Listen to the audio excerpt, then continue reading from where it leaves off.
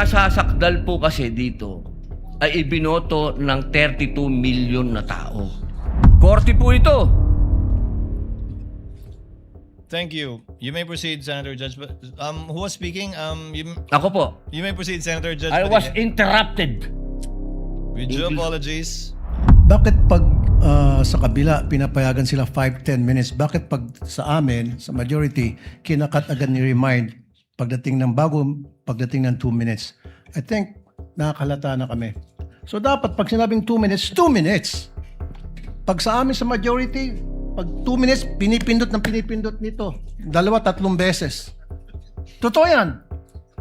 Pero pag sa minority, umaabot na ng 5 minutes, 10 minutes. At meron akong record yan. Pinapayagan. Why? Nung sinabi nyo merong security threat na national security threat, nakipag-ugnayan ba ang NBI sa iba pang mga ahensya ng pamahalaan Meron para pag-usapan ito? Meron po kaming tuloy-tuloy na ugnayan. At sino-sino ang mga ahensya o alin dito sa mga ahensya ng pamahalaan ang nakipag-ugnayan kayo? Actually po, sinasabi nga natin, meron po kasing security cluster kung saan po natatalakay yung mga kailangan pong pag-usapan. So sa ngayon po, through the Office of the Executive Secretary, meron po ako mga pakikipag-usap dun po sa military units din po natin. If you will not mind, I will not mention the exact military unit po. So there have been interagency coordination to assess and to address itong kinokonsidera ninyong national security threat. Totoo po yan. Yes po. Okay. Yesterday, you also mentioned betrayal of public trust, correct? That is correct. Can that be indicated in the subpoena when you issue it against this alleged person? It can be or it can be not. But why will we put the subject betrayal of public trust if the person being subpoena is not being tried for betrayal of public trust? What if it's against the vice president? Just to clarify, can the subpoena indicate betrayal of public trust? We cannot put that because that is not a subject of a case under the revised penal code or a crime. The betrayal of public trust is the variable subject of an impeachment court. All right. So you admit nonetheless that betrayal of public trust is a ground for impeachment, correct? That is correct. I think it's in the Constitution. All right. And are you saying that once you reach your findings, because we're all waiting for that, you will? Is it correct to say that you will file another impeachment case against VP Sara? Oh, thank you for that question. So that I Objection, can Your explain. Honor. That is speculative. I think the witness is competent enough, and in fact, thank the counsel for his question. I'm interested to hear what the witness will also answer. Thank you, Mr. Presiding Officer. The betrayal of public trust as the issue in the impeachment court, we don't need to investigate even if we pinpointed the person contracted. Because the point being is the betrayal of public trust was already been consummated when she publicly admitted, there is already an admission that she contracted a killer, a mamamatay tao or assassin, to kill the president. And that itself is already an admission.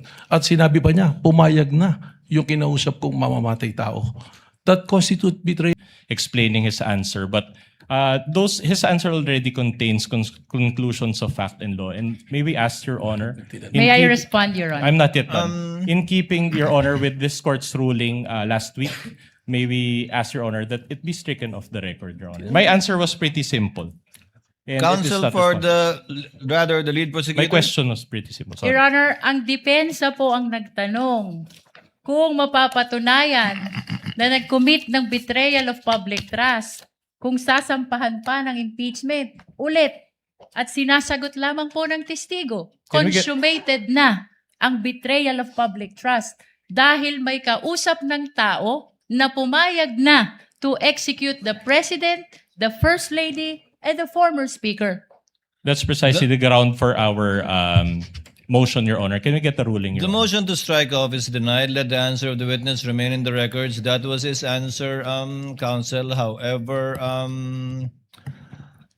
interpretative it may seem with respect to the law, since the witness was qualified yesterday as not only being the NBI director, but also engaged in the legal profession for decades and is in fact a former law dean. Let that remain in the records for the consideration of the senator judges. You may proceed, counsel. All right. My question is this. Are you conducting your ongoing investigation to substantiate this current impeachment case? Again, sinabi ko na po, kung ang pagbabasihan is betrayal of public trust, nandoon na po. Bakit po namin hinahanap A yung simple- kinausap na papatay? With all due respect, Detector, simple yes or no will do. Hindi po, dahil sinabi ko na Alright. nga. Can you rephrase your question, counsel? So are you conducting the ongoing investigation to substantiate this current impeachment case? No need to substantiate because it's already been established. All right. So Now, the answer, Director Matibag, so the answer is you are not investigating anything in connection with the current ongoing impeachment case. Yes, because it's already been established. all right. Proceed, counsel. Insofar as the leads to this alleged person, do you share information to the Cybercrime Division? Kasama po ang Cybercrime Division sa aming pong committee. Kaya kung ano po yung mga findings na nandoon, kasama po sila kung sila po ang pumunta. Subalit, kung ito po ay meron pong level of security na hindi naman kailangang malaman ng Cybercrime Division, hindi po namin ito ibinabahagi sa kanila. All right. So, because after all, the Cybercrime Division is Your part... Honor, please. What's the question? What's the objection? May we know if the defense is making a manifestation or raising a question? I am going to the question. He was Your Honor. about to ask a question, I believe, counsel. Let's allow him to finish his question. Counsel may proceed for the respondent. Because the cybercrime is part of the special task force, correct? That is correct po. How about Agent Lotok in particular? Do you share the leads to this alleged person with him? Hindi po siya parte ng Special Task Force. But wasn't he part of the cybercrime division as well? Hindi po, siya po ay regional director ngayon ng BARM. Yes. But he was once part of the cybercrime division. Dati po yun nung hindi pa po ako Alright. director. Now, let's go to the special task force that you mentioned. You have one team leader and two assistant team leaders in your special task force, correct? Tama po. All right. And then how many members from the NCR? Ang NCR po, yung po ang buong division na kasali at ang tumatayo po na representante nito ay yung kanila pong regional director. But you mentioned that they are members of the special task force. In your estimation, how many from the NCR are involved? Ang NCR po, we give the freedom to the regional director kung ano pong aksyon ang kailangan niya aksyonan at ano pong team ang kanyang bubuin for purposes of doing a particular investigation in relation to the said task force po. Your Honor, may we respectfully again ask that the court give a directive to Director Matibag to give a more responsive answer. My question is how many? So he can May I comment, Your estimate Honor? a number. Counsel for the respondent, the question was how many? And the answer of the good director was it depends, and it would depend on the NCR regional director how many he would assign. Witness will answer if he knows. If he does not, he may so respond as well. Mr. Presiding Officer, sir, the thing is, depende nga po kung ano po yung magiging operation or surveillance na gagawin, we give independence and autonomy po do sa regional director kung sino po at ilan ang i-assign. That's why ang composition po ng Special Task Force ay binubuo po ng 3 na individual at 5 pong divisions po namin. Dahil nga ang rason po nito ay piniliwanag ko po kahapon, masyado pong malawak yung nagiging banta na it already transcends to an issue of national security po. Okay, so you cannot give a number.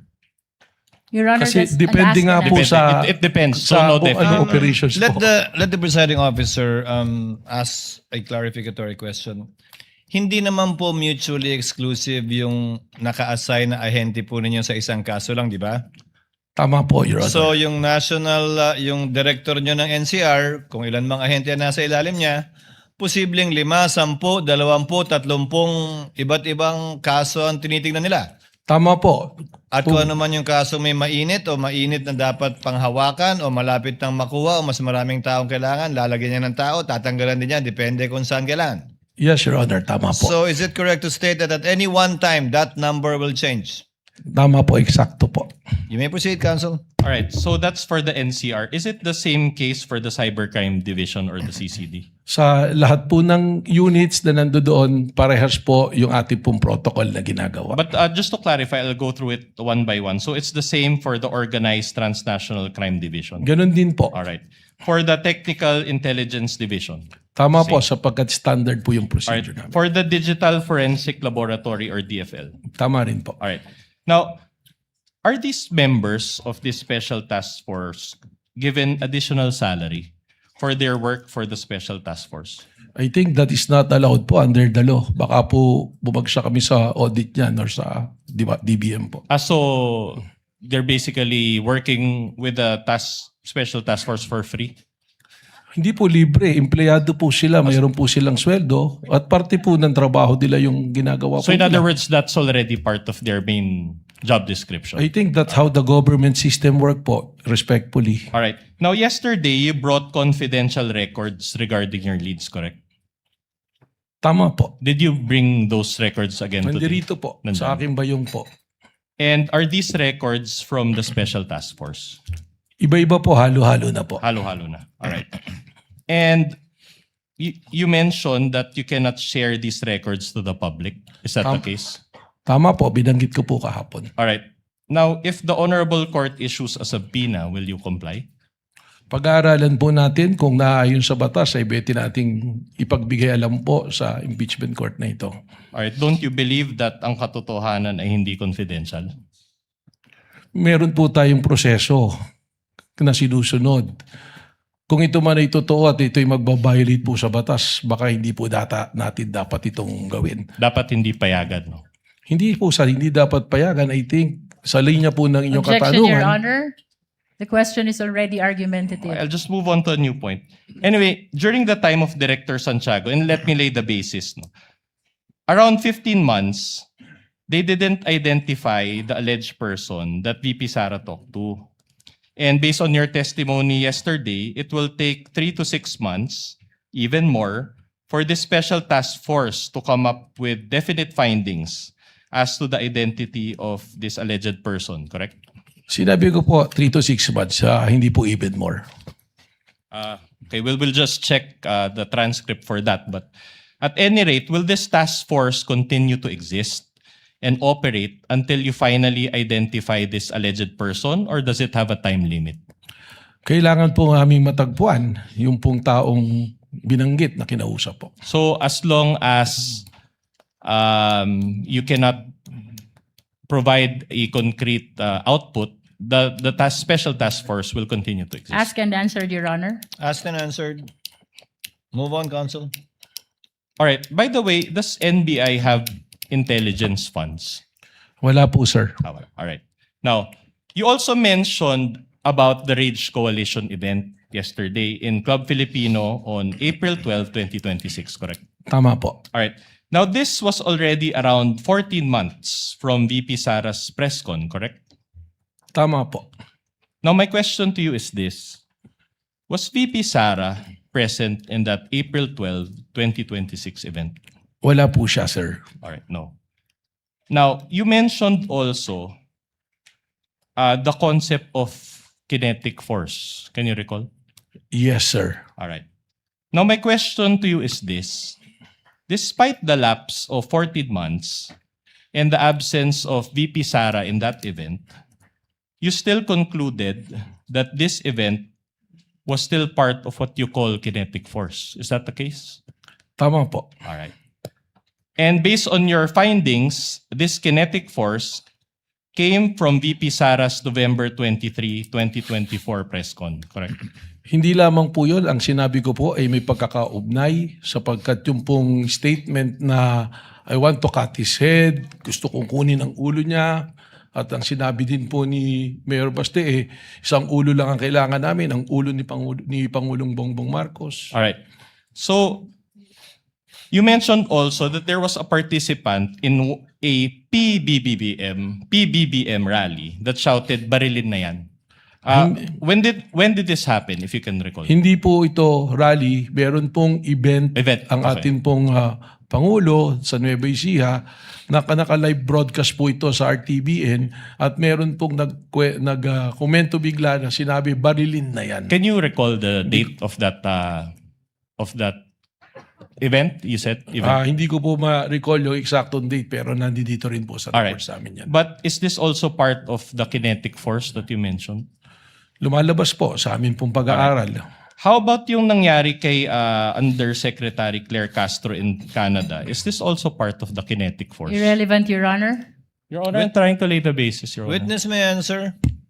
Well, If he ito na knows- nga po yung sinasabi natin na nagkakaroon po ng malawakang kaguluhan na epekto po ng madalas na pagbabanta at seryosong pagbabanta sa Pangulo na ngayon ang mga itaong kahit na ordinaryo ay inaatake po. Hindi lamang ang Pangulo kundi ang iba pa rin pong matataas na posisyon. So the answer is yes, it's Yes. part of the kinetic force. So in other words, this kinetic force can reach foreign countries. Lumalabas po na gano'n. Okay. Dahil marami po tayong Pilipino na nandoon na napapanood po That's sa social okay, media. Director. Now, how about the flood control rallies? Is this part of the kinetic force? Yung flood control rally na aling pong flood control rally to be Any flood specific. control rally? Probably, Is it part- baka po kung maaari lang po sir, ibigyan nyo ko ng specific para po mas may paliwanag ko po. I'll just move on. So any dissent against the government must be attributed to this kinetic force. Is that what you're saying? Speculative, Your Honor. Witness may answer if he knows. Depende po kung anong event. Kaya nga po ang ginagawa po ng NBI ay atin pong sinusuri lahat ng pangyayari. Kahapon po inilatag namin yung 5 batayan namin para po magkaroon tayo ng malinaw na threat assessment sa lahat po ng pangyayari. All right. Now, isn't it that Mayor Baste, that participant in that PBBM event, the rallies in Canada, and the flood control rallies, don't they have a mind of their own? Your Honor, we are objecting on the Your ground Honor. of vague. Kindly clarify the question. Your Honor, the witnesses... Kindly reform, counsel. I also did not quite get the question. Kindly reform, counsel. So are you saying that these people that I mentioned, they cannot act independently and are compelled by the kinetic force that you mentioned? That is Sino pong speculative, mga Your tao? Honor. Mayor Baste, the participant in the PBBM rally, the rallies in Canada, and the flood control rallies. Una po, there's no PBBM rally. No, sorry, PBBM event. Sorry, I stand PBBM corrected. event, yung sa Canada. Tsaka, yun nga po, alin po bang flood control? Babalik ko lang po doon, pasensya na po sir para po mas makontextualize po nating mabuti. Yes, Your Honor, please. May we request I think the clarification question- from the defense? I think the question, Director Matibag, is produkto po ba nung binabanggit yung kinetic energy kahapon yung mga pagkilos laban sa administrasyon at individual na mga miyembro ng administrasyon? Respectfully, Your Honor, sapagkat marami pong may pagkilos po na iba-ibang grupo. So na nakikita po posibleng natin. hindi. May pagkilos na hindi, may pagkilos na Tama oo. po. Kaya we have to qualify, we have to treat each event independently and apply the 5-factor test that we are being applying po sa mga pangyayari po. So hindi porkit laban sa o tutol sa gobyerno o sa partikular na opisyal ng gobyerno ay ito na yung binabanggit yung kinetic kahapon. Tama po, Your Honor. Counsel may proceed. All right, my question is this.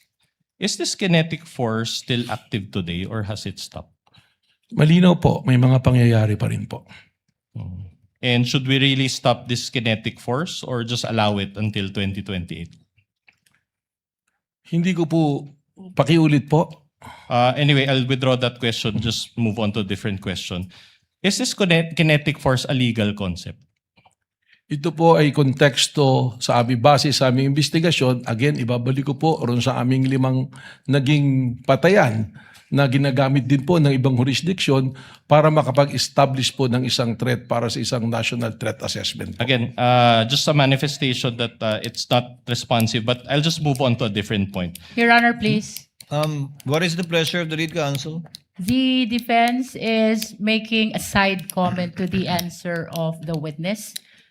Can we please remind him to avoid making side comment as previously invoked by the impeachment court? Then Your I Honor? will raise another motion, Your Honor, that the witness's answer is not responsive. Counsels, let this not be a debate between and amongst the two parties. Let the witness answer and give his testimony. Counsel, you may proceed. All right. Was the Rage Coalition event a political rally? Palagay ko po, sapagkat ang nandoon po ng mga political party po ng PDP Laban at yung pong reforma na pinamumunuan po ng dating Speaker Bebot Alvarez. All right. And as a lawyer and as a former dean ba, director or current dean? Former All po, right. So as a nag-resign na po lawyer ako. and a former dean, you are aware that political speech is constitutionally protected, correct? Depende po kung anong talumpati, you have to qualify. And unless we are under martial law again, Mayor Baste should be able to freely express his dissent to the government. Your Honor, correct? that is speculative. Let the witness answer. He is competent to answer that question. Unang-una, tama naman po kayo, wala namang martial law ngayon at pwede naman pong magsalita. But the freedom of expression has limitation also. Kung ito po ay nagbabiolate na ng batas at nakakasama na sa ating bayan, ay hindi naman po ito kasama na sa freedom of expression. All right. But my question to you is this. Did he directly urge the people to overthrow the government in that trial? Ang sinabi po niya, base sa aking testimonya, ay isang ulo lang ang gusto namin, ang ulo ni Bongbong Marcos. At kung matatandaan po ninyo, ay correlated it dun sa mga dati pang mga pangyayari. Hindi lang po yung event at sinabi na yun ang aming nagbasehan base sa aming pamantayan po sa pag-assess po ng banta o ng threat po. But that was your own interpretation of what That is not only my interpretation, but is the interpretation of the new National Bureau of Investigation based on the standards that we follow, consistent to the standards All right. that we are following. Is it your interpretation that those also demonstrate destabilization efforts? Please repeat, pakiulit po, Is it sir. also the NBI's interpretation that those remarks constitute destabilization? Argumentative, Your Honor. No, if the witness can If he answer. knows. Ano pong particular na sinabi? That speech by Mayor Baste in general. Yung pong kanyang sinabi na ang ulo lamang ni Bongbong Marcos ang kailangan namin at sabi ko nga, in correlation to the other events, applying the 5-factor standards that we have been using, which is recognized by other jurisdiction, dun po kami nagkaroon po ng conclusion. Sorry, Director, I didn't quite get your answer. So, are you saying that that's destabilization or no destabilization? Misleading, Your Honor. No, the director hasn't answered yet. He cited the basis, but cut short of answering the question. So, is it based on the 5 pillars of your investigation, Director? Well, dun po yan, based on the 5 pillars na natin po, lumalabas po ng isa dun sa elemento ng 5 pillars, it comply po. So, Sumasagot po doon. So, meron. At Director. hindi po destabilisasyon, kundi banta po sa kaligtasan ng Pangulo na naging banta na rin po sa pambansang seguridad po. So, you're admitting that there was no destabilization? Argumentative, Your Honor. No, it's connected to the question, Your Honor. Previous Counsel, the question. witness has answered for the appreciation of the senator judges. You may proceed to a similar question or move on to another topic. Yeah, I'll proceed with a similar question. Director, I am showing you a news article. This is Exhibit D-4-66 entitled, and I quote, Palace dismisses the stab rumors versus Marcos admin. So it was published quite recently, May 12, 2026. And for the sake of time, I will just read the first line thereof. Assisting counsel for the parties may approach. It says here, and I quote, Malacanang on Tuesday said it has not received any information about supposed destabilization efforts against President Ferdinand Bongbong Marcos Jr. My question to you is this. Claire Castro speaks on behalf of PBBM, correct? Being the spokesperson, tama po, sir. And based on her statement in this news article, there has been no destabilization efforts against PBBM, at least as of this date. Correct. Well, baka po dapat tingnan natin yung buong konteksto because under a security cluster, may pinag-uusapan po dyan. Maaaring ang tinitingnan niya na walang destabilization, there is no destabilization from the rank of men in uniforms. So hindi po natin masasabi na yun na yung kabuuan talaga. All right. I'm showing you another recent article, Exhibit D-4-67. This article is June 12, 2026. So again, quite recent. And again, for the purpose of time, I'll just read the title. It says, Sara Duterte, I won't grab Marcos's position. My question to you is this: isn't this news article also consistent with no destabilization efforts that Claire Castro previously mentioned? Base po sa aking binabasa, baka mas maganda po si Vice President Sara Duterte makasagot dito because she's speaking of a state of mind. Sa isip po niya yan eh. But if you know, you Your cannot- Honor, may I comment? What is the comment of the lead prosecutor? The witness never said that there is destabilization. As a matter of fact, what he said during the earlier question is threat to the life of the president amounts to threat to national security. Now he is being asked about these pictures concerning the stab. This is misleading, Your Honor. Asked and answered. The observation of the lead prosecutor is noted. It was not an objection, counsel. Proceed, counsel Alright. for respondent. Now, yesterday, you identified an unsigned and unnotarized document which allegedly pertains to an affidavit of Arturo Las Cañas. Correct? Yes, sir. All right. Now, if you know, is this the same Las Cañas who appeared before the Senate in 2016 and 2017? Yes, sir. Okay. So, in fact, this is the same Las Cañas who was charged by the Senate panel led by then Senator and still Senator Panfilo Lacson with a recommendation for perjury. Is he not? Hindi ko po nabalitaan yung kung sinarge siya ng perjury. But if it's on record, then the answer will be yes. All right. Well, he was, or maybe we can confirm it later with Senator Judge Lacson. But, and this perjury was committed during a Senate committee hearing, if you know only. Well, siguro po doon natin na lang ilagay doon sa affidavit po na nabasa ko. No, the May I only comment, question Your is Honor? the May I perjury, if you know only, that the perjury that was recommended for charging Your Las Honor? Cañas. I have no Honor, personal I'm not yet done, knowledge. Your Honor. I think, Your Honor, the witness is incompetent to answer that If question. he knows, counsel, I asked think Your the Honor. witness already said that he's not aware of it, but that if it is on the record, then most likely it is true. That was the response of the witness earlier. All right, I'll just move on to a new point. Now, allow me to read a statement of Senator Lacson, and then I'll ask questions thereafter. May we request, Your Honor, that the witness be confronted with a document if I think the defense is reading from a document? Yes, Your Honor. We will The provide the hard guidance of the copy. witness, Your Honor. We will provide the hard copy, and then we'll also show the soft copy on the screen, Your Honor. Assisting counsel is authorized to approach All right. I will read. from both parties. I will read and I quote Senator Lacson.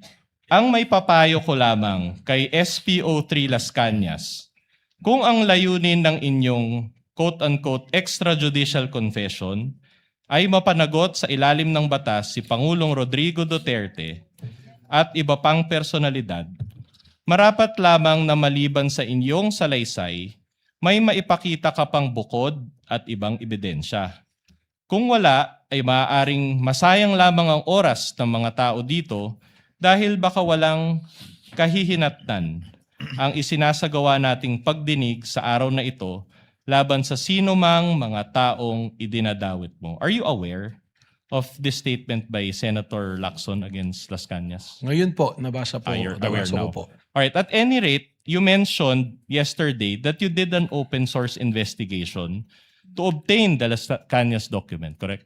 That is correct po, sir. But to be candid, was it just Google search? Hindi po. Are you at liberty to disclose what method you used in that open source investigation? We were provided, dito po nagsimula yan, we got hold of a copy of the affidavit of Arturo Las Cañas. With the permission of counsel for the respondent, the chair will allow the intervention of Senator Judge Lacson given that his name was mentioned In fact, not only alluded to but mentioned by counsel for respondent. Senator Lacson is recognized to give a manifestation. Thank you for allowing me to interject. Maski hindi naayos sa una yung pahayag kanina. Kasi ang worry ko, pag inupuraw ako doon, interpolate ako ni Senator Lapid.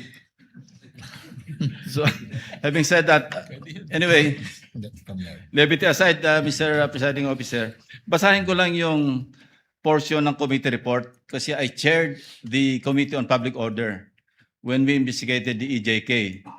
And indeed, I will confirm that Arturo Las Cañas retracted and changed his testimony. No? After several hearings, nag-retract siya. But hindi po ako nag-file ng perjury. Gusto ko lang i-correct yun. Ang recommendation po sa Roman numeral number 6, recommendations, part po ito ng committee report. Ano? In view of the foregoing, the committee recommends the following. 1, amendment of the revised penal code to increase the penalty for the crime of perjury. Yun po yung context na dahil committee report ito, nagre-recommend ako na i-amend yung revised penal code, particularly sa krimen ng perjury. Pero gusto ko lang i-correct na hindi ako nag-file ng perjury. Thank you. for that The clarification. manifestation is noted. Counsel for the respondent may proceed. But at you are at liberty to disclose who searched for that Las Cañas document. Ito nga po, yung pong dokumento, we got hold of it. Sabi nga po natin, meron po kami mga tinatawag na amin pong mga informants at mga source. It was provided to us. Nung ibinigay po sa amin to, hindi naman po ibig sabihin ay amin kaagad itong paniniwalaan. Tama po kayo. That's okay. I can ask subsequent questions regarding to that. So actually, my question is, after you had obtained this document, did you subpoena Las Cañas to verify the contents of those documents? Hindi po, sapagkat he is nowhere to be found. That's enough. So without verification, you decided to believe the contents of the document that you obtained? Again, ibabalik ko po ron sa 5 nating factors. Isinama lamang namin po ito, isa dun sa mga factors na sinasabi po natin, yung pattern of violence na tinatawag. At doon po, doon sa paragraph 270, sinasabi nga po na may kinalaman sa extrajudicial killing si dating Mayor Sara Duterte at in fact, ang sabi pa nga niya, huwag nyo nang barilin, kidnapin nyo na lang. Pero bago po kami dumating doon sa punto na gamitin yun, tingnan na po namin yan. Alright. Sorry to interrupt you. So the short answer to my question is yes. Pakiulit po yung Alright. tanong ninyo. The question is, did you decide to believe the contents of the document without verifying it with Las Cañas? Yun nga po yung sagot po, hindi Yes. kaagad. Kaya po ikinikwento ko nga kung paano po namin nagamit yun. Alright. So hindi po kaagad namin pinaniwalaan. Okay. Your Honor, may I just manifest that the defense is actually misleading already the witness. He kept on raising the question, did you believe right away? When as a matter of fact, the witness is explaining. Your Honor, I never meant sorry. Counsel, with all due kindly let the lead prosecutor finish. The witness has been saying that he did a lot of things after receiving the affidavit of Las Cañas, to the extent of going over the 5 factors that he testified to yesterday. But after that first question, so that means yes. The defense said yes. To his question, did you believe to that right away, to that affidavit? The position of the witness, Your Honor, is no. Short Because- rejoinder, Your Honor. Actually, asked and and answered. Asked and answered by the witness. That is his response, counsel for respondent, to your question. Yeah. Move on, counsel. Yes, Your Honor. We are satisfied with that answer. But another follow-up question. So without verifying it, sorry. That's misleading, Your Honor. Allow him to finish the question, counsel. just on What the is the point- pleasure of Senator Judge Yes. Cayetano? Just on your ruling, may be clarified because the question was, pinaniniwalaan mo ba? Ang sagot niya, hindi ka agad. So counsel was asking for yes or no. I just want to be clarified. Hindi pinaniniwalaan agad, does that mean afterwards pinaniniwalaan mo na or never mo pinaniniwalaan? Just so that the record is clear. Just that clarification. There should be no. Thank you, Senator Judge Cayetano. Alan. Witness will please answer. Yes, Your Honor. Kaya ko nga po ikinikwento yung buong pangyayari para po makita kung paano po kami dumating dun sa punto na ginamit po doon sa pattern of violence yung pong affidavit na ito. So, liwanagin ko po Director Matibag. Opo. Hindi nyo agad pinaniwalaan nung simula, pinadaan nyo rin sa inyong SOP sa investigasyon, kalaunan, pinaniwalaan na ninyo at sa ngayon, pinapaniwalaan po ninyo yung nakasaad dun sa dokumentong yun. Kalaunan po, ito ay ginamit na namin na isa sa basehan po doon sa pattern of violence pagkatapos po naming idaan sa proseso po. So, pinaniwalaan nyo na, Sa ngay- pinanghawakan nyo na, kumbaga. Sa ngayon po, tama po, Your Honor. Okay. And pinapaniwalaan niyo yun without issuing a subpoena to Las Cañas and clarifying the matter with him. Ask and answered, Your Honor. It's a different question, Your Honor. We're already at this point. Witness may answer. Pakiulit po. So, you mentioned na pinapaniwalaan niyo na siya ngayon as clarified by the chair. So, are you saying that pinapaliwanaan niyo na ngayon without issuing a subpoena to Las Cañas and verifying it with him? Hindi po nag-issue ng subpoena kay Las Cañas, pero meron pong naging verification process. All right. But not with Las Cañas, who is the author of that document. As and answered po, Your Honor.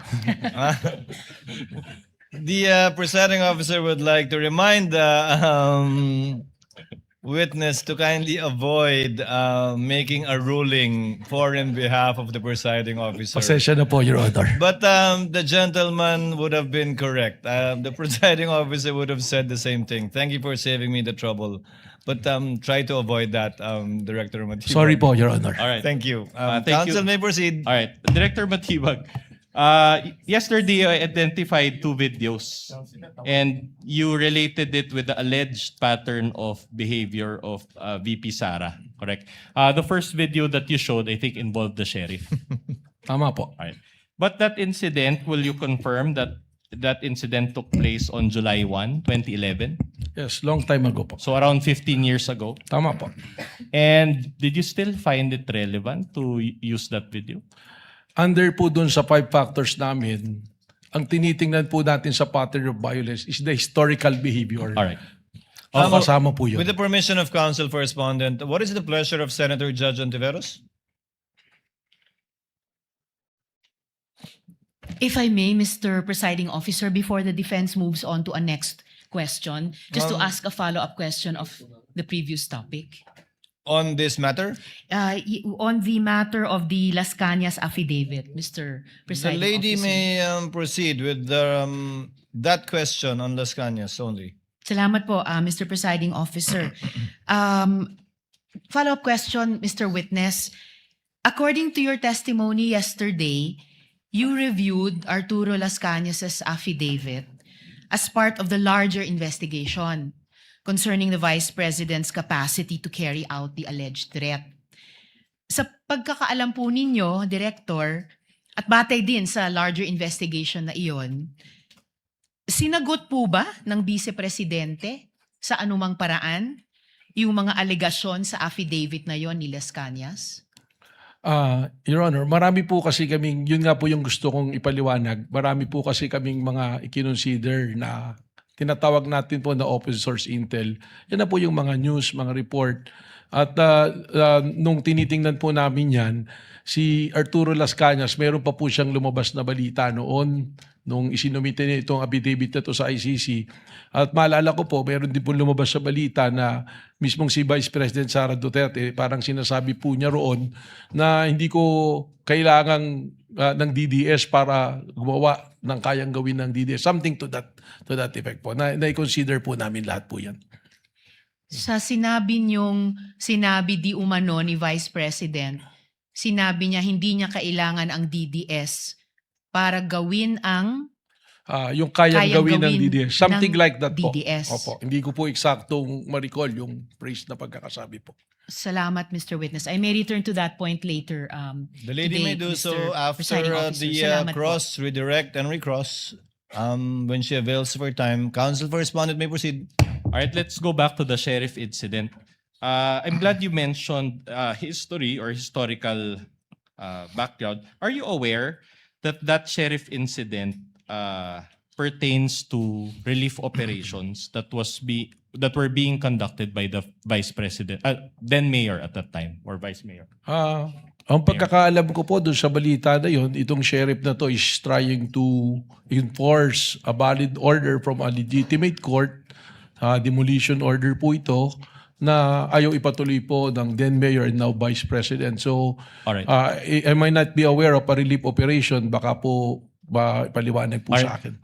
Are you aware? I'll just ask you if you're aware. Are you aware that it involved a flash flood?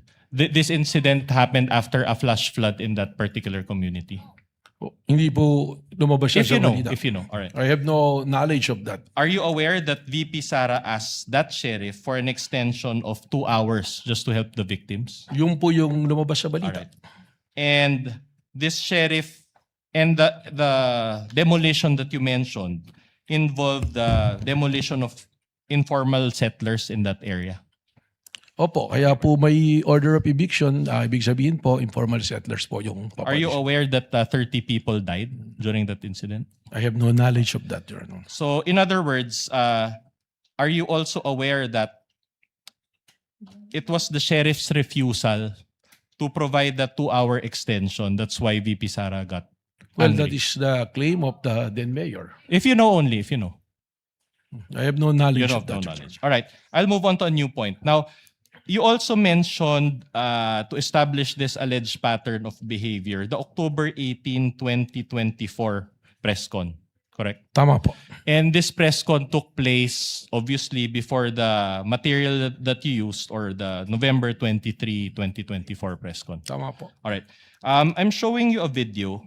Your Honor will just show one video. It's around 1 minute. This is Exhibit D-4-53 and the USB is separately marked as D-4-47. And then I'll ask you questions after that. Kindly play the video. The tech through the clerk of court is so directed.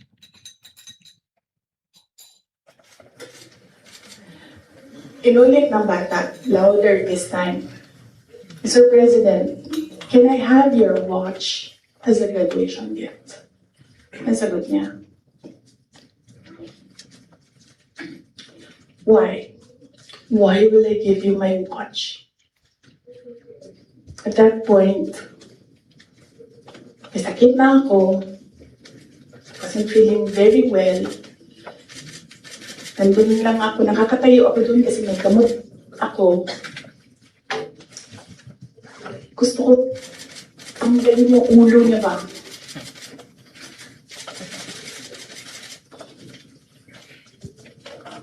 I realized toxic na yung relationship.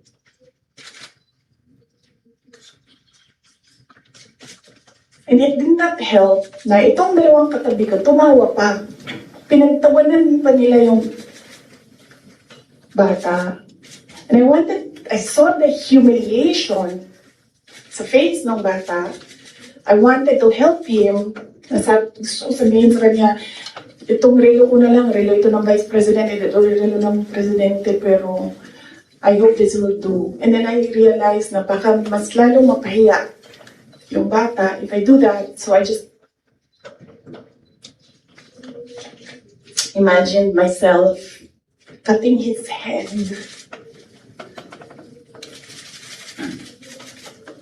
Gusto ko ganun din ang All right. So is this the First of all, did you watch this whole video, Director Matibag? I've watched not the entirety of the video. Not the entirety, Yeah. because it's a long video. It's That's correct. almost 2 hours. But my question to you is this the video where you based your finding that VP Sara said, gusto kong tanggalin ang ulo niya, imagine cutting his head off. Is this the one? Yun po. Alright. Yun po yung video na yan. And will you agree with, wasn't this press con heard by the general public? Opo. And didn't VP Sara say her statements in jest? Well, It's speculative, Your Honor. Honor, the witness is smart enough and competent enough to answer. Nevertheless, Your Honor. Witness may answer. well, again, I will say I cannot go into the state of mind of the Vice President, and precisely the reason why do sa pattern of violence, kasama po talaga yan yung pag i-consider natin. I understand her disgust doon sa nangyari, but probably Pag pinagsama-sama po yung aming pong investigasyon, mga aming napanood, kasama po yan, doon po namin na-establish yung isa doon sa 5 factors na pattern of Yeah, violence. I understand what you're saying, but my question to you is, didn't you take VP Sara's statement out of context? Mahirap po para sa aming law enforcement na yung ganyang mga statement ay amin pong babaliwalain. Katunayan, alam naman po natin, kahit nga biro, halimbawa po, yung bomb joke nga po sa aeroplano, hinuhuli natin. It's a different thing if you're doing a bomb joke dyan sa aeroplano tsaka sa open field na kayo lang. So, Alright. sa amin po sa law enforcement, we have to give credence to that and i-process po namin. So at any rate, you consider this portion of VP Sara's statement to be grave and serious, to be a grave and serious threat based on the standards that you mentioned yesterday. Hindi po yun ang sinabi ko. Ang sinabi ko po, kasama siya doon sa i-consider na marami pong factors para ma-establish po ang pattern of violence. Isn't that kind of a stretch? It's argumentative, Your Honor. Argumentative, move on, counsel. Nothing further, Your Honor. Thank you. Salamat po, sir. Redirect, lead prosecutor. Any redirect? Your Honor, may I request for a 5-minute break? Instead of granting the break, Chair will open the floor for the interjections and interventions of some of the senator judges. You have your 5 minutes, counsel. Senator Judge Erwin Tulfo, thereafter Senator Judge Lacson, thereafter Senator Judge Rafi Tulfo, and hopefully Senator Judges Villanueva and Pangilinan. That might be in excess of 5 minutes already. We will just Your Honor. we're making the most out of the 5 minutes. Yes, counsel. For this Just one manifestation, Your Honor, regarding Counsel. regarding the interpellation of the good Senator Ontiveros. We just want to step for the record, Your Honor, that insofar as the Las Cañas affidavit, the Vice President was never given an opportunity to respond to it Formally. formally. Noted, Senator And- Judge. Yes, counsel. Counsel for the respondent, anything additional?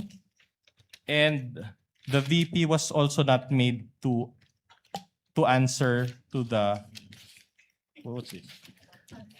And it was not part of the impeachment complaint, Your Honor. For the record. Noted. Noted, Senator Judge Erwin Tulfo, you have 2 minutes, sir. Thank you, Mr. Presiding Officer.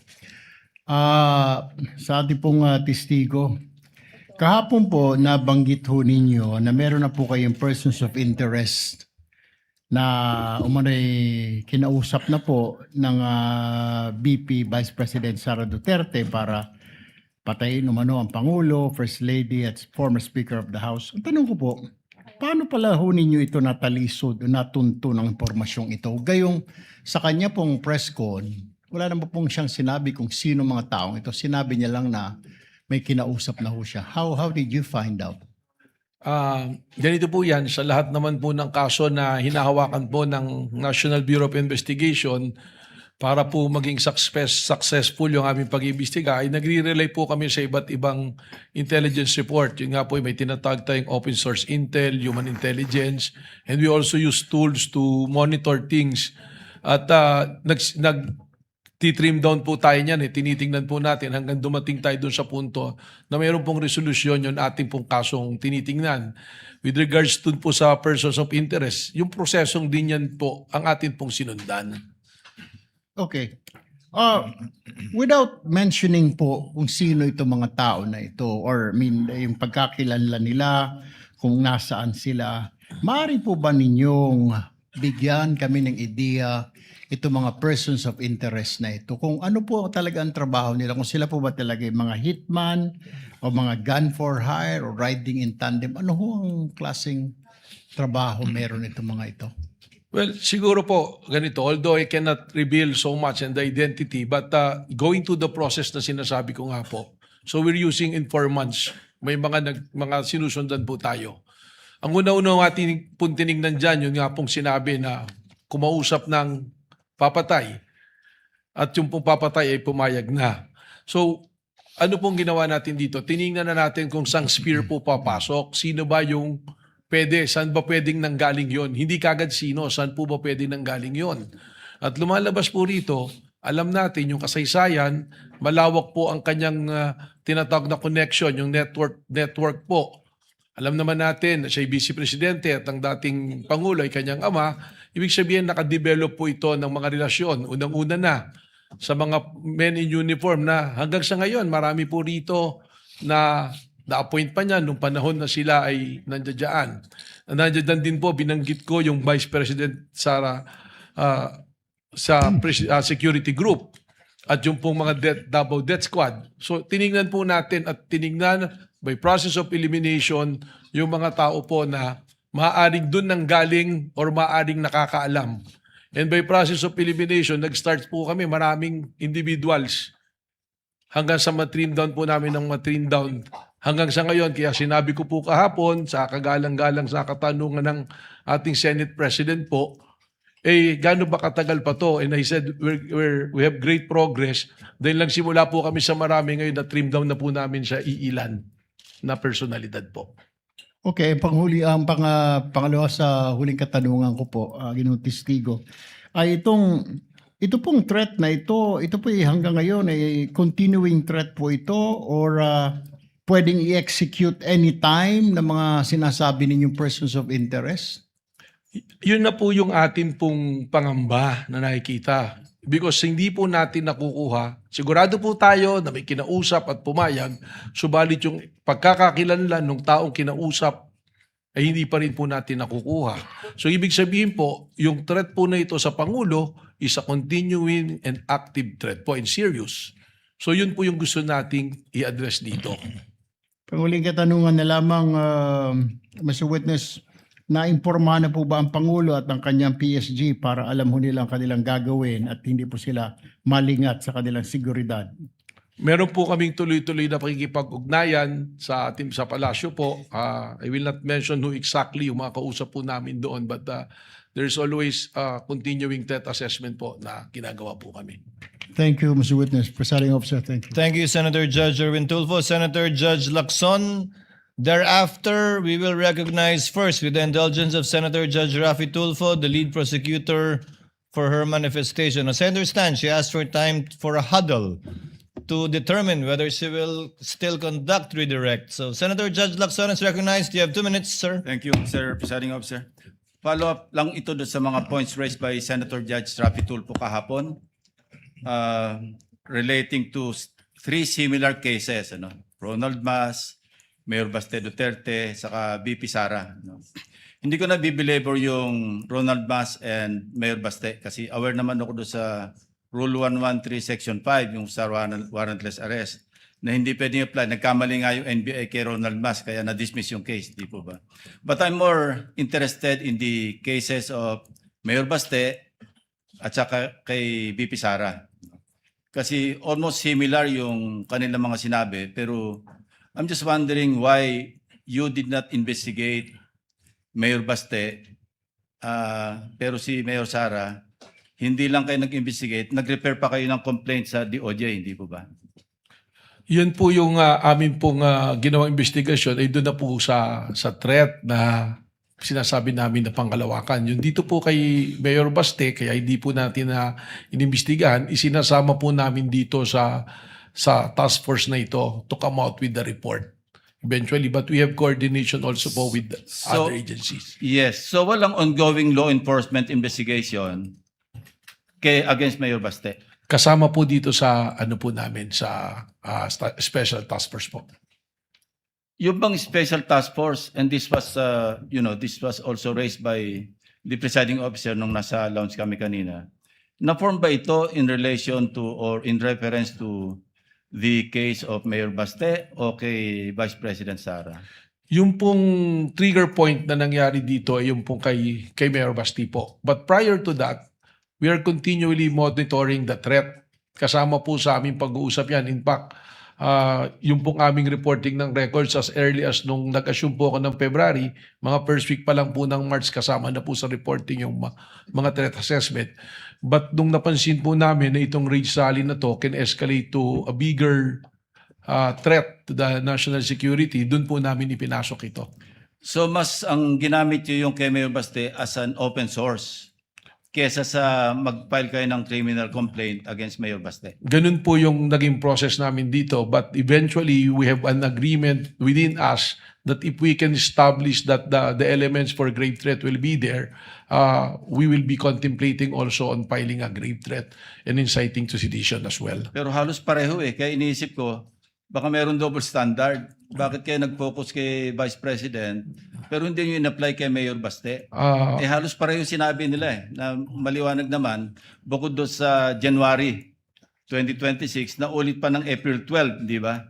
Na sinabing Romanov, threat against the first family, nasundan pa ng pupugot, ang kailangan lang namin yung ulo.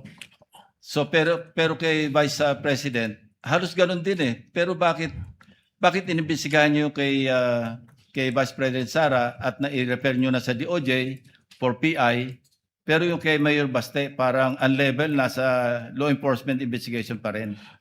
Sapagkat ang isa po dinedevelop namin dito na jury po is yung sabwatan.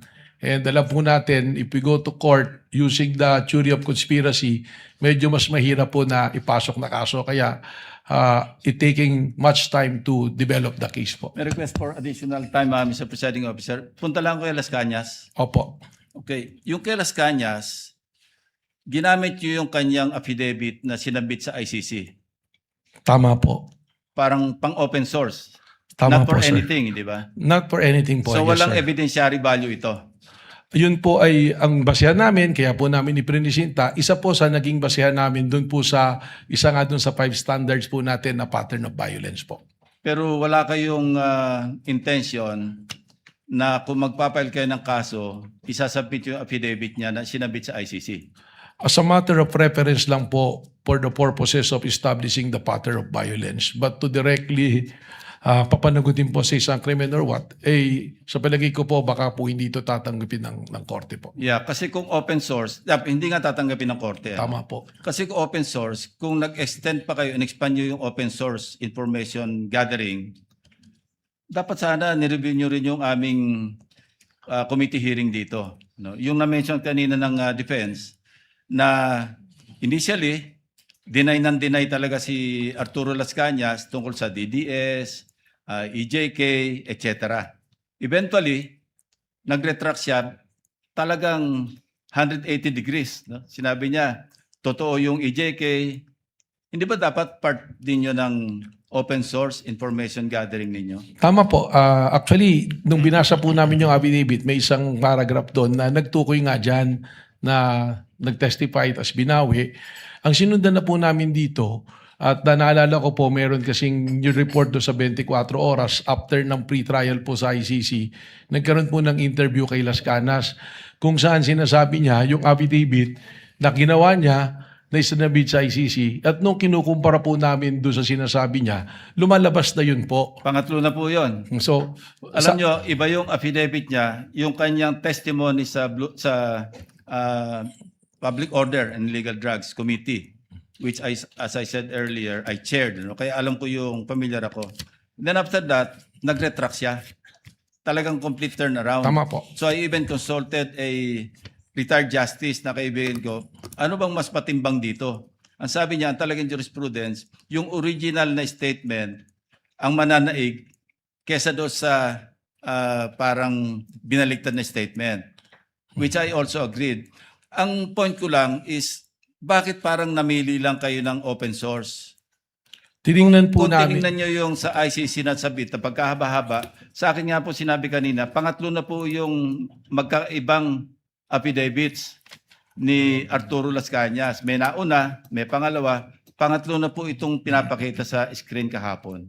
Tama po, and we are also aware dun sa pagbali-baliktad. But on the news that I was mentioning po, Your Honor, mismong sinabi niya, pipirmahan yung affidavit, at sinabi po niya, this is 186 pages. So nang tinitingnan po namin, yung statement na yan, tumugma. At pangalawa, it's been the subject already of an ICC. It's being used as an evidence. At least there is a legitimate court that looking into it, which it was considered na ibig sabihin, tinanggap po ng isang lehitimo na korte po. Yeah, I'm not trying to put you on the spot. I'm just trying to be fair, no? Apo. Kasi gusto ko talagang maliwanagan para pagdating ng takdang oras, alam ko yung aking boto. Tama Maraming po. salamat po. Salamat Thank you, po. Senator Judge Lacson. Before the chair recognizes Senator Judge Rafi Tulfo, Senator Judge Aquino, and Senator Judge Padilla, chair will not. Sorry, I forgot about you, Senator Judge Pangilinan. Before Senator Judge Bam. Chair would like to call on the lead prosecutor again. Thank you for the sequence. Thank you, Your Yes, what is the pleasure of the lead prosecutor? Shall you conduct redirect? Your Honor, the prosecution believes that we have sufficiently established that the threat to the President constitutes Objection, Your Honor. threat to the national Again, Your security. Honor, inconsistent. Counsel, you are once again reminded to kindly avoid Yes, Your Honor. conclusions of law. The question was simple, so I guess you will not conduct any further redirect. Nonetheless, Your Honor, there are some manifestations that I would like to make. As long as these are not conclusions of fact and law, Counsel, as Yes, you have Your been reminded and guided accordingly. You may proceed. It is the position, Your Honor, of the prosecution that we have established already. Objection, Your Honor.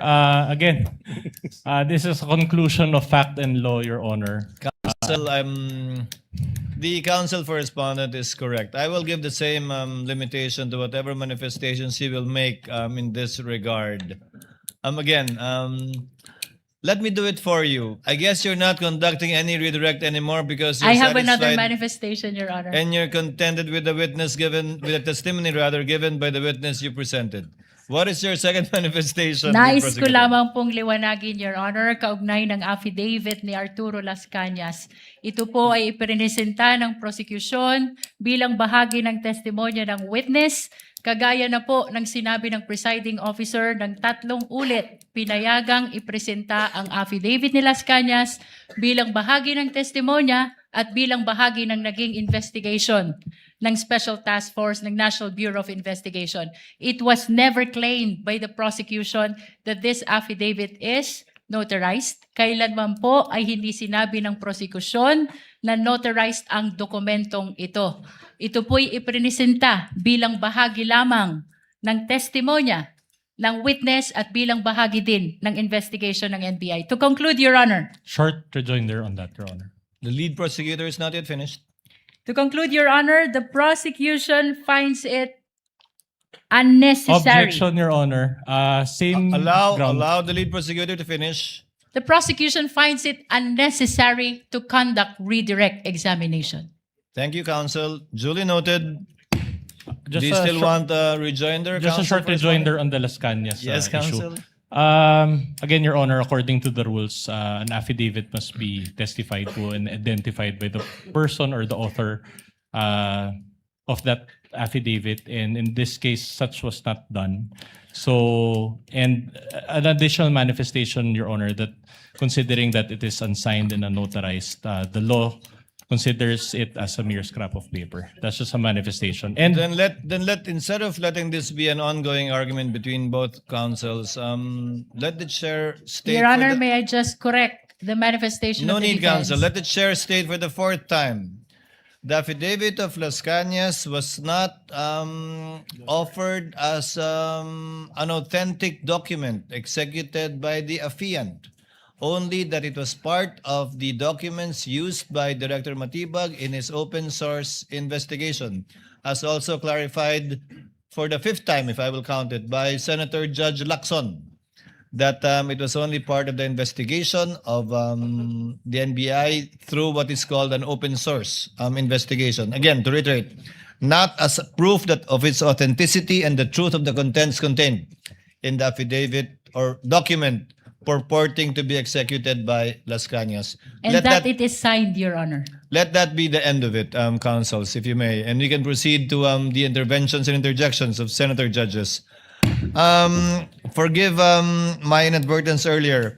Chair will recognize in this order, in the order that they indicated to the chair, as pointed out by the clerk of court, Senator Judge Rafi Tulfo, Senator Judge Villanueva, Senator Judge Pangilinan, Senator Judge Aquino, and Senator Judge Padilla as of now.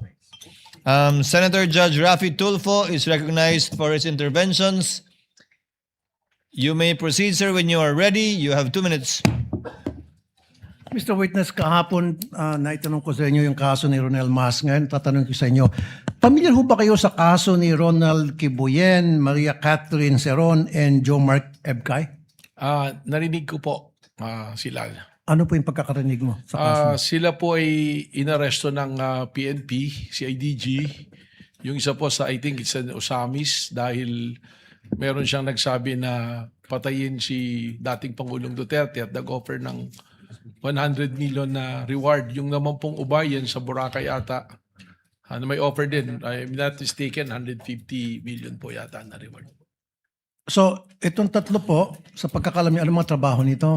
Yung isa po, construction worker, hindi ko po maalala yung isang tao. Yung isa ay unemployed college graduate. Ayun. So the reason why I asked that, kasi tulad ni Ronel Mas, isang teacher, at itong tatlo, mga ordinary mamayan, i-compare natin dun sa ginawa ni VP Sara at saka ni Mayor Baste sa ating Pangulo, pagbabanta, almost the same yung nangyari. So, kamay na bakal ang pinairal. Kapag mga ordinaryong mahirap na mamayan, ang pinapairal ninyo dyan sa law enforcement. Pero kapag makapangyarihan ang mga tao, you treat them with kids' gloves. Why is that? Respectfully po, Your Honor, unang-una, I cannot speak to the behavior of the law enforcement at that time. But I agree with you na yung pag-aresto po sa kanila is warrantless arrest. That's the reason why na-dismiss po lahat ng kaso na yon. Yung sa ngayon naman po, yung mga pangyayari na ito, we go to the case build up and file a case katulad po nung nangyari kay Vice Presidente, meron pong nakapending ngayon na kaso. At kung ito po ay may file sa korte, that is the time that the court will issue a warrant of arrest. So meron po tayong prosesong sinusunod po. Mali nga yung pagka-aresto. Actually, warrantless arrest yung nangyari noon. Pero meron bang nag-utos why it was done by the law enforcement people at that time? And what's the difference between the law enforcement back then and the law enforcement people now? Well, I can only speak po for my bureau ng NBI. We are making sure that we are following the process and the law. In any case, wala pong malaki o maliit na kaso. Ang tinitingnan po lagi natin dito ay ang ebidensya, ang batas at ang prosesong dapat pong sundin. Okay. I'll give you an example. Halimbawa, yung nangyari ngayon na pagbabanta sa ating Pangulo, nangyari noon sa panahon ni Pangulong Duterte at nagbanta si Leni Robredo. Halimbawa lang, of course, Leni Robredo would not do that kasi I know, wala sa karakter niya. Nagbanta si Leni Robredo kay Pangulong Duterte at matindi yung outburst niya at pagbabanta. At ganun din naggagawa ng follow-up ang kanyang anak. What would have happened? Sa tingin niyo ba, possible na merong gagawang pag-aaresto si PRD tulad ng ginawang pag-aaresto doon sa mga teachers, sa teacher, construction worker, at unemployed college graduate? Well, respectfully, it's calling for an opinion but siguro meron po akong pwedeng pagbasihan. Base na rin po sa inyong sinasabi na construction worker, teacher, ay inaresto dahil sa banta. Posible po. May possibility na baka arestuhin po kaagad ang Vice Presidente noon. Thank you, Mr. Witness. Thank you, Senator Judge Rafi Tulfo. Senator Judge Villanueva may proceed with his interjection when he's ready. You have 2 minutes, sir. Thank you, Presiding Officer, Mr. President. Just two quick questions to our dear witness. Your Honor,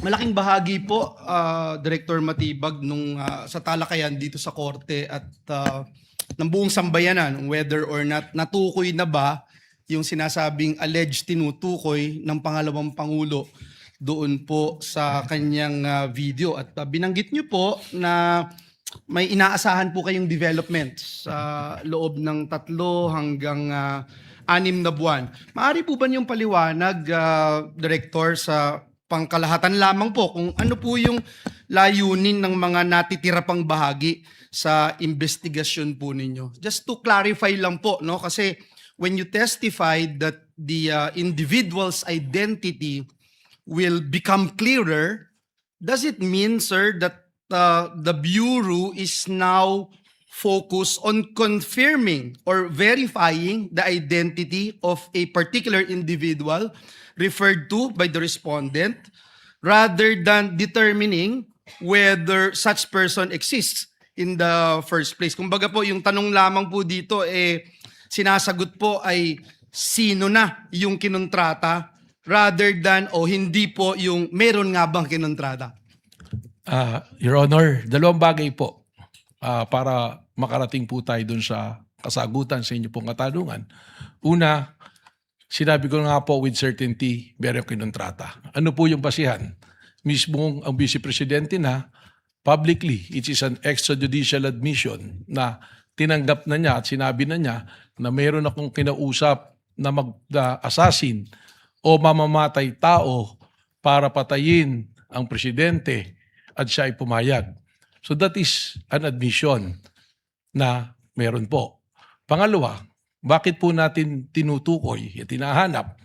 Dito na po pumapasok yung kailangan natin siyang makuha, hindi upang sabihin na kami talaga ay nag-usap ni Vice Presidente. Kasi yun naman pong sinasabi ko nga, yung pag-uusap na may papatay at hindi naman nagawa, wala naman po tayong pinag-uusapan na krimen doon. Pero ano po ba ang tinutugunan namin sa paghahanap namin sa tao na yon, sa individual na yon? Yun na po yung sinasabi namin that we have to address the issue of national security, the safety of the President, which is a primary mandate of the National Bureau of Investigation. So pagkat ang banta po sa Pangulo, kapag ito ay seryoso tulad po nitong banta na ito, ito rin po ay magdadaos ng ligalig, kaguluhan, at disrespect po sa ating law and order. And that is the very purpose of the existence of the National Bureau of Investigation. Yung binanggit nyo na may mga persons of interest, so yun nga po, no? Tinutumbok na po nito na nandun na po kayo dun sa sino ang kinontrata rather than meron nga bang kinontrata. Tama po, Your Honor. Thank you, Director Matibag. Nabanggit niyo po kahapon din yung parte ng network ng respondent na tinatawag na Davao Death Squad. Batay po ito dun sa ebidensyang nakalap po ninyo, sabi niyo sa NBI, at meron po kayong nakikitang impormasyon na nagsasabi gusto kong malaman kung meron po kayong nakikitang impormasyon na nagsasabi na aktibo pa rin po ba ito noong 2024 kaya naging part ito ng inyong assessment sa kapasidad ng respondent? Sa amin po investigasyon lumalabas na meron pa pong mga existing. At katunayan, without naming names, ganito po, ilagay na natin sa konteksto na nagsimula po kami sa maraming pangalan and we narrowed it down. Siguro ito na inaantay ng marami rin na finally ma-identify natin. We are narrowing it down already to less than 20 individuals at may mga pangalan na po kami nito. Sa katunayan po, yung iba po rito, kausap na po namin yung kanilang mga pamilya o kakilala. So, ganun po yung proseso. That's why sinabi ko, baka in 3 to 6 months, we can finally identify kung sino yung personalidad na yun po. Let me wind up, Mr. Presiding Officer.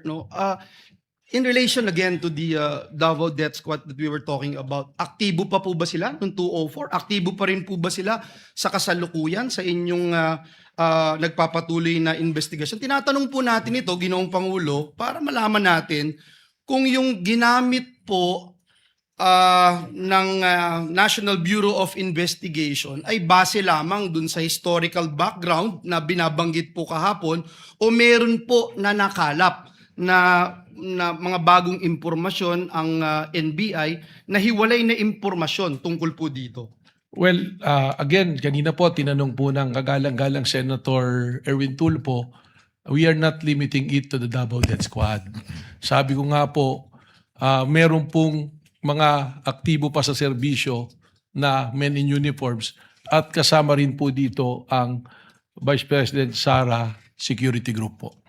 So even those who are actively involved right now, men in uniform, is that what you're saying? That is something that I can say because general naman, it will Kindly not go wind to the up. identity. That will be meron all, po.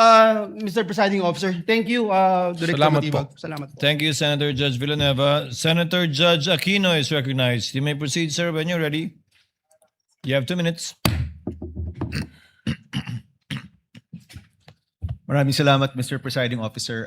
Isang tanong lang po kay Director Matibag. Doon po sa AO11, nakalagay po doon yung mga miyembro ng task force, no? At yung isang miyembro po doon ay mula sa Transnational Crime Division. Opo. Nabanggit niyo po nung isang araw na nasa punto na po kayo sa inyong investigasyon na chine-check po ninyo kung hindi lang ito isang tao pero kumbaga grupo na po ito or may plot, may ploy, may nagkukuntsaba para dito po sa posibleng pagpatay kay President Marcos. So nagtataka lang po ako sa AO11 kasama yung Transnational Crime Division. So my question is, sa inyo pong investigasyon, meron bang transnational nature itong posibleng pagpatay sa presidente? Meron bang foreign intervention or mga players na hindi po Pilipino sa inyo pong investigasyon? Yan po ay isang sa purpose talaga kung bakit namin isinama para alamin kung sino po. Alam naman po natin, para patayin ng isang presidente, hindi po isa o dalawang tao lang nag-uusap dito. You need yung kakayahan mo, yung capacity doon po pumapasok. Kailangan ng pera, kailangan ng network, kailangan ng tao. So tinitingnan po natin ito lahat. Ngayon yung binabanggit po ninyo, kasama po sa ating tinitingnan yan. Pero ang isa pong mayoryang rason yan, yung pong mga pagbabiyahe ng ating Pangulo, we have to also monitor it because the possibility of endangering the life of the President during his time that is outside of the country, nandoon din po yan dahil sa threat. So kaklaruhin ko lang ha. So yung pagkakaroon ng Transnational Crime Division dahil yan sa mga biyahe ng presidente, hindi dahil merong possible foreign intervention dito sa iniimbestigahan yung pagpaplano. That is also an angle being considered but that's not the main reason po. Alright, salamat. Salamat po. Thank you, Senator Judge Aquino. Senator Judge Padilla is recognized. You may proceed, sir, when you're ready. You have 2 minutes. Maraming salamat po aming ginoong tagapamahalang hukom at sa atin pong ginoong Pangulo. Meron po akong katanungan para sa prosecution. Sa akin pong mga kaibigan sa prosecution. Napakahalaga po sa bawat pagdinig ay yung nagsasabi ng katotohanan. Tama po ba? Tama po. Opo. Pagka ang isang witness po ay naging halimbawa ng paiba-iba ang sinasabi, ano pong tawag dito? Di ba po kasinungalingan? This is a hypothetical question, Apo. Your Honor. You are not referring to any particular witness? Si Las Cañas po. Yung inyo pong pinakitang affidavit, Your Honor? alam niyo po, hindi pa po ako tapos, kaibigan. Alam niyo po, napakalungkot po para sa amin na marinig na merong kayong ibinigay na affidavit na nabahiran dito po sa loob ng Senado. Dito sa plenaryo ng Senado ay nabahiran ng matinding masasabi nating kasinungalingan sapagkat magkaiba ang kanyang sinabi. October 3, 2016, sinabi niya walang kinalaman ang Pangulong Rodrigo Roa Duterte. February 20, March 6, na iba na ang istorya. Ang tanong ko po, ano ang tawag sa taong paiba-iba ang sinasabi? Di ba po sinungaling? May I answer, Your Honor? Opo. Kagaya po ng aking binigyang linaw kanina. At paulit-ulit na rin pong sinabi ng ating presiding officer. Pakisagot na lang po kasi yun lang po ang tanong.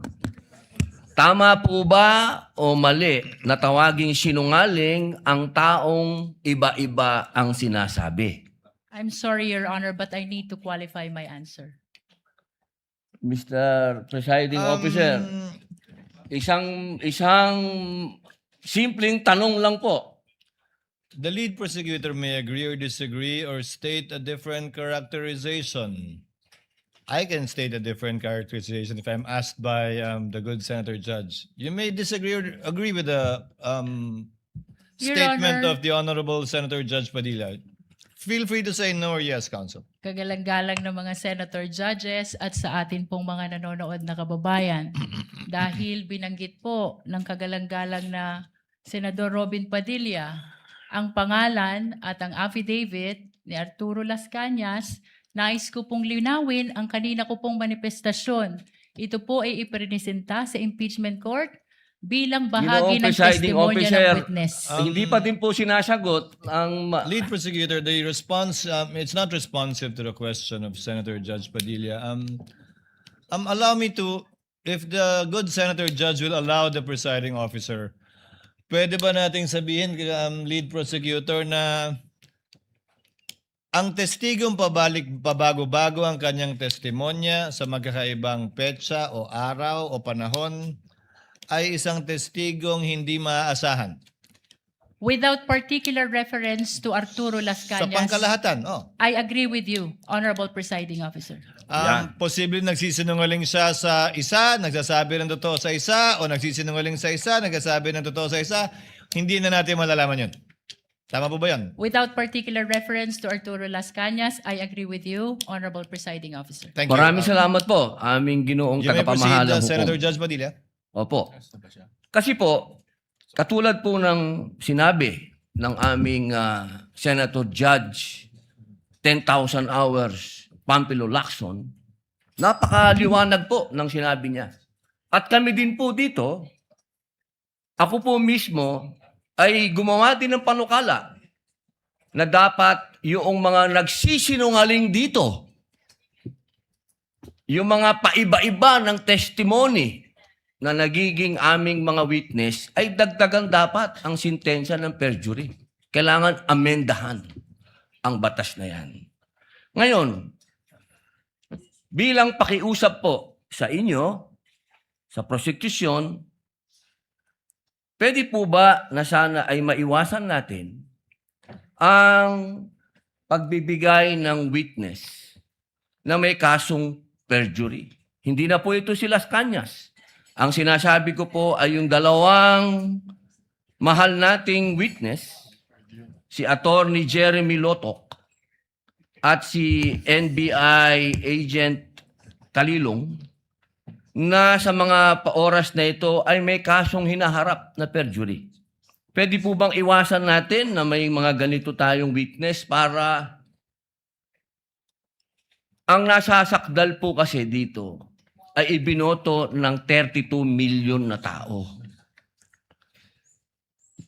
Sana po, aming mga mahal na kaibigan sa prosecution, ay isipin nating mabuti bago po tayo magbigay ng mga witness na may perjury na kaso o nagkaroon po kami ng dahilan na gumawa ng amenda na itong perjury ay amendahan. Pwede po ba yun? Your Honor, with all due respect, I would like to take exception to the question and manifestation of the Honorable Senator Judge Robin Padilla. First of all, we were able to verify already that there are no cases pending against the prosecution witnesses. In addition, Your Honor, and only to respond to the concern of the Honorable Senator Judge Padilla, ang conviction po ay hindi ground for disqualification unless it is final and unless it is punishable by more than 1 year and that the crime constitutes moral turpitude. Alam niyo po, napakaganda. Who was speaking? Ako po. You may proceed, Senator Judge I was Padilla. interrupted. With due apologies. So, ibig niyo pong sabihin, yung mga senator judges dito ngayon na humaharap sa kaso na hindi po pinapayagan ng ombudsman at hindi pa rin sila guilty, ano pong ibig niyo sabihin? Your Honor, with all due respect, ang question niyo po kanina ay kaugnay ng pagtistigo. Testigo nga, Referring to judges the nga yung witnesses of sinasabi the eh. prosecution, Your Honor. Ang usapan po ay yung guilty or not guilty. Okay? So, tatanong na po ako ng bago. Opo. Pwede po ba? May I be clarified, Your Honor, on your last question about the senator you said are facing cases? Lead counsel, I think that was more Alam of niyo a- po, malinaw na po yung sinabi ko and wala po kayong karapatan magtanong Hindi, sa Senator Judge. diliwanagin ko nga po. I think Senator Judge Padilla was making a manifestation and not posing a question to the lead prosecutor in relation to our two colleagues. You may proceed, Senator Judge Padilla. Maraming salamat po, Ginoong tagapamahalang hukom. Pwede na po ba tayong mag-advance ng katanungan? Yes, Your Honor. Apo. Yung pong sinasabi ninyo, bakit nyo po nababanggit ang ICC dito? Ano po ang kinalaman ng ICC dito sa ating pagdinig? With all due respect, Honorable Senator Judge Robin Padilla, kagaya po ng nabanggit ko na, at marahil panglima ng banggit ng presiding officer, nabanggit po ang ICC, kaugnay ng affidavit ni Las Cañas, na ipirinisinta po ng prosecution bilang bahagi lamang ng testimonya ng witness at bilang bahagi ng naging investigasyon ng Special Task Force ng NBI. Maraming salamat po. Senator Judge Padilla will please wind up. You can Opo. avail of a second round if you wish. Opo. Maraming salamat po.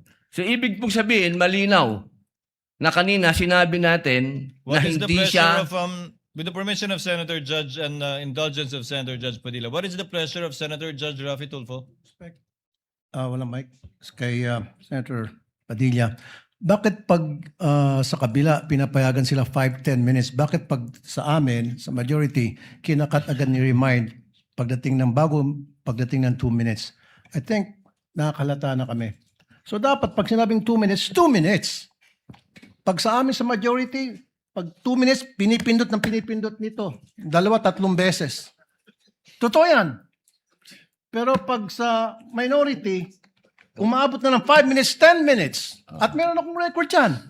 Pinapayagan. Why? Thank you.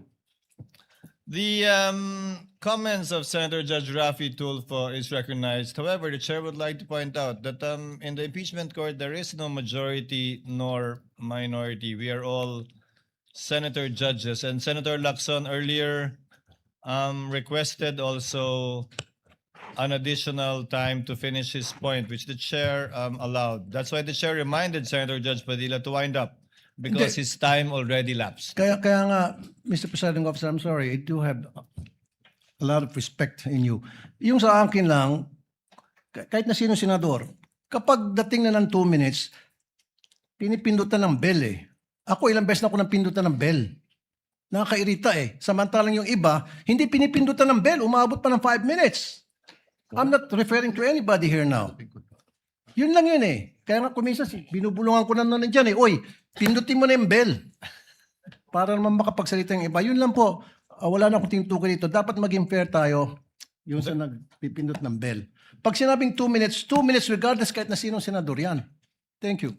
The clerk of court is instructed to kindly relate to the bell ringer. To kindly be consistent in doing the polite reminder to the senator judges with respect to the time allotted. Sir Presiding Senator Officer. Judge Yes. Cayetano Alan. No, I take the comments of Senator Tulfo in order. I respect your opinion, but just to put on record, as you said, Senator Lacson a while ago asked for more time, binigay. Walang bell yon. Yesterday, 2 bell sa akin. 2 o 3? Dalawa lang ang bilang ko. 2 lang bilang mo.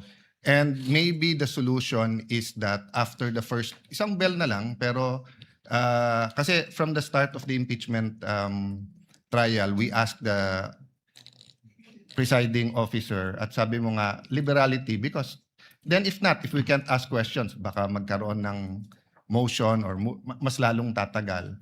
Maybe you've been doing it naman, but yun nga, yung just ask to wrap up. But konting, we all want to get back to work. There's so much that we want to do. At least, wala ngang majority-minority, but at least wala ngang threat ng kaso sa majority eh. Kami magsalita dito, parang may sword sa aming nakatutok. So, konting pagbibigay din sa amin ng konting liberality din sa pagtatanong. Yes. But in accordance with the rules, tama naman po yung sinabi ni Senator Tulfo. The presiding officer shall take in advisement the points raised by Senator Judge Rafi Tulfo as well as the point raised by Senator Judge Allen. And in that spirit, kindly wind up, Senator Opo. Judge Padilla. Ginoong tagapamahalang hukom, nais ko lamang pong sagutin ang ating kaibigan na si Senator Rafi Tulfo. Sandali lang po. Kaibigan, mas mahaba kasi yung sagot ng ating prosecution. Ako po ay nagtatanong lamang ng oo ba o hindi. Opo. Pasensya na po. Opo. Kindly wind up, Senator Judge Padilla, but you're gonna Opo. bail of the Maraming second round salamat if there po. is one. Tatalon na po ako. Dito na po ako sa aking kaibigan. Maraming salamat po, kaibigan. Opo. Sa akin pong kaibigan, kay Attorney Matibag, mahal na saksi. Mabilis lang po ito. Ako po ay napunta sa PDP Laban dahil po sa inyo. Tama po. Opo. Kayo po ang kumimbinsi sa akin. Tama po. Campaign manager nyo pa po. Opo. At masasabi po natin na isa kayo sa nagpa-number 1 po sa akin. Tama po. Sa lugar po namin, number 1 po kayo. Opo. Attorney Matibag, sumama po ako sa inyo dahil alam ko na isa po kayo sa arkitekto ng pagkapanalo ni President Rodrigo Roa Duterte. Tama po ba? Hindi po. Sapagkat noong 2016, ako po ay ang campaign manager ng Region 4A ni Secretary Mar Rojas po. Ayun. So hindi po kayo connected nung panahon na yon kay Pangulong Rodrigo Roa Duterte? Hindi po. Opo. Kung kayo po ay nagtatrabaho sa mga iba't ibang politiko, kayo po ba ay matatawag na political analyst o political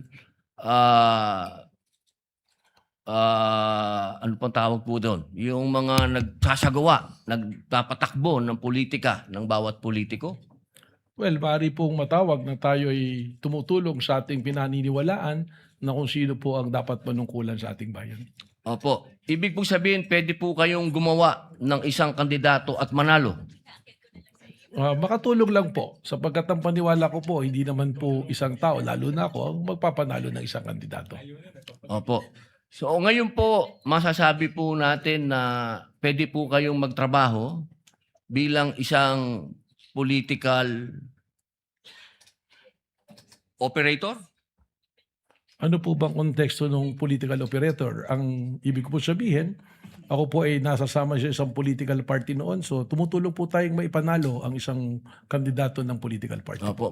Maipanalo lang po? O ano po ba ang trabaho ng political operator sa Pilipinas? Pwedeng gumawa? Pwede din sumira?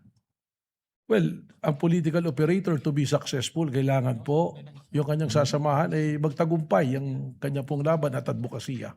Okay. Yun lang po. Maraming salamat po, kaibigang attorney. Thank you, Senator Judge Padilla. The Senate President is recognized for his interjections. Thank you. Thank you, Mr. Presiding Officer.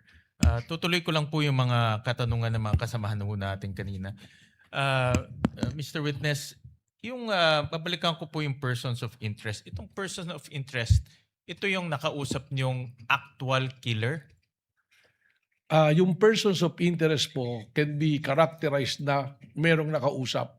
Pero yung kausap niyo, ito ba yung actual na nakontrata? Well, persons of interest yun nga po, ang sinasabi nga po natin, ito yung maaring makapagturo.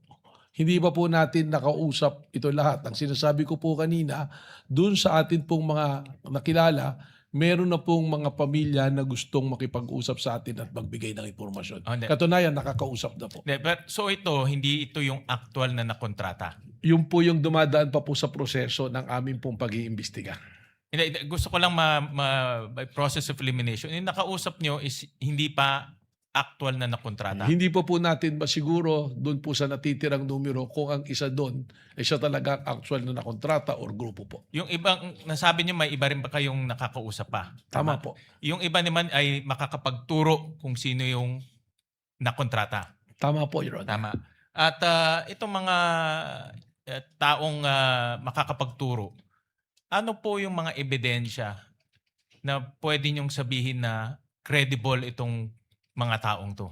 Doon na po pumapasok yung mga intelligence report po sa amin using our tools, the human intel and the Give me an officer's example. intel. Bigyan lang kami ng concrete example na ito ay credible, pwedeng paniwalaan na magtuturo. Just give us an example.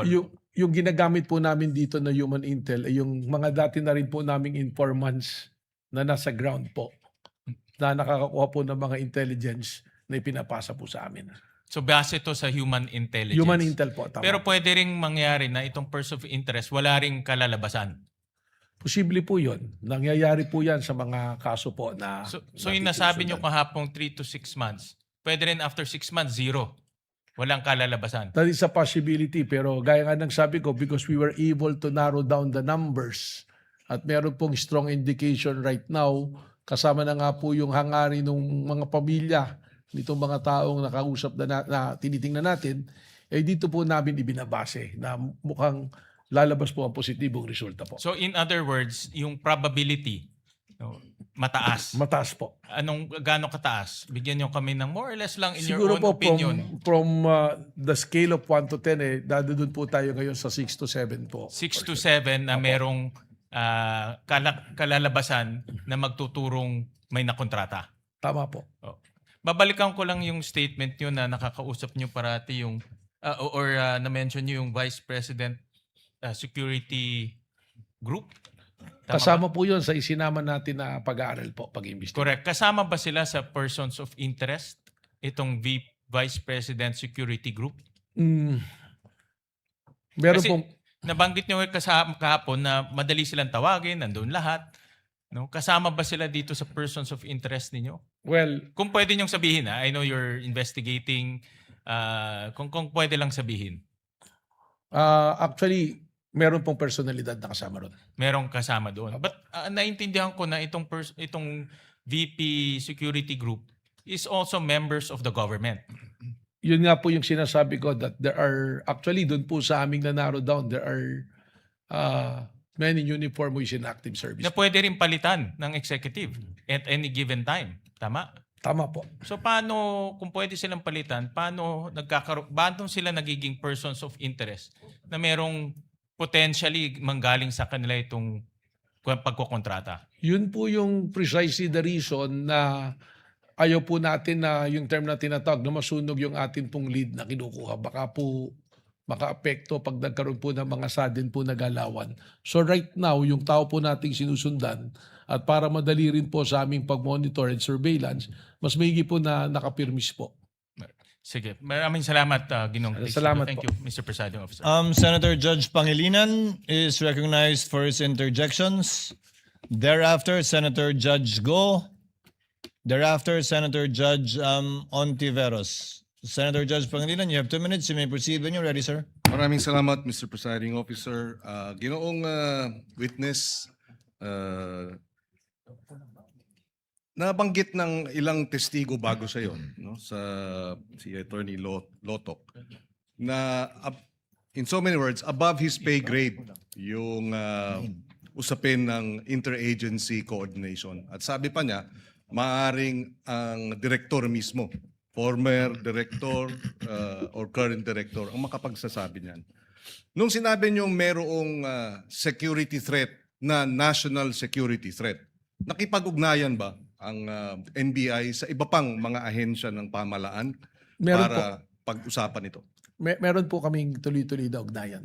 At sino-sino ang mga ahensya o alin dito sa mga ahensya ng pamahalaan ang nakipag-ugnayan kayo? Actually po, sinasabi nga natin, meron po kasing security cluster kung saan po natatalakay yung mga kailangan po pag-usapan. So sa ngayon po, through the Office of the Executive Secretary, meron po akong makapakikipag-usap dun po sa military units din po natin. If you will not mind, I will not mention the exact military unit po. So there have been interagency coordination to assess and to address itong kinokonsidera ninyong national security threat. Totoo po yan. Yes po. Okay. Doon sa usapin ng pag-iimbestiga ninyo naman, nasabi ninyong may narinig kayong mga banta, napanood ninyo. Meron ba kayong na-monitor na nagbanta naman ang ating Pangulo bilang pag-retaliate doon sa nasabing banta ni ni Vice President? Ibig sabihin po, banta ng Pangulo sa Vice Presidente? Yes. Meron ba kayong na-monitor? Wala po.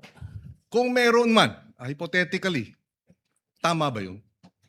Well, kailangan pong imbestigahan din kung meron pong ganung banta. In other words, would you consider in a hypothetical situation revenge as justified if there is a threat to the president? He decides, he likewise publicly threatens whoever, not necessarily the vice president, whoever. Palagi ko po hindi tama sapagkat hindi naman po ito isang justifying o exempting na circumstance pagka nangyari po yung pagbabanta.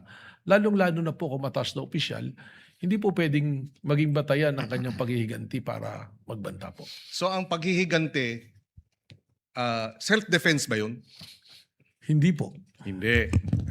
In other words, hindi legal ang paghihiganti sa usapin ng kung ikaw ay tinakot o ikaw may banta laban sa'yo.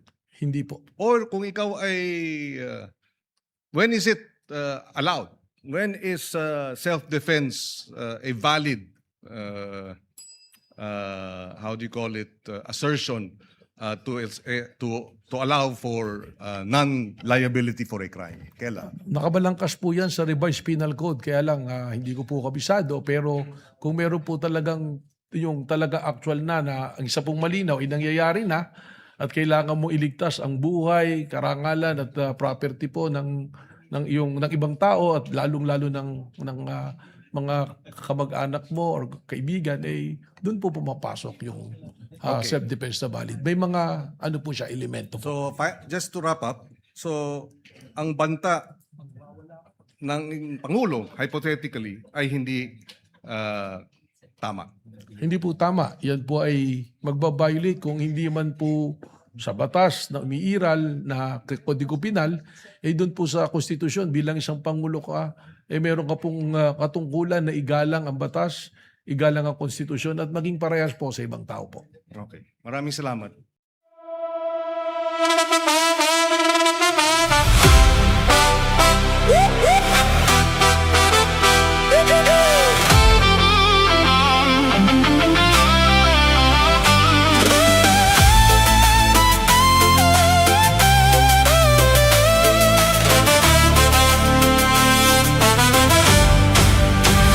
Sa bawat pagsikat ng araw, ikaw ay nandyan. Tinig mo'y matatag, sa amin ay gabay. Pag-asa ng bayan, pangakong totoo. BBM, isa kang totoong tao. Sa mahirap at api, ika'y sumusuporta. Tapat mong paglilingkod, lahat kami nakakita. Sa iyong pamumuno, bayan ay umaangat. Bagong Pilipinas, pangarap ay tapat. Ikaw ang aming BBM, Pangulong matapat. Sa puso ng masa, itinaangat ating watawat. Sa hirap at ginhawa, ika'y kasama. Pilipinas ay babangon, dahil ikaw ang pag-asa. Mula Luzon, Visayas, hanggang Mindanao, boses mo'y umaabot, dala ay pag-ahon. Magtulungan, magkaisa, sabi mo sa lahat, para sa bayan, ikaw ang aming alamat. Ang pangarap mong bansa, taas noo, masagana, manggagana.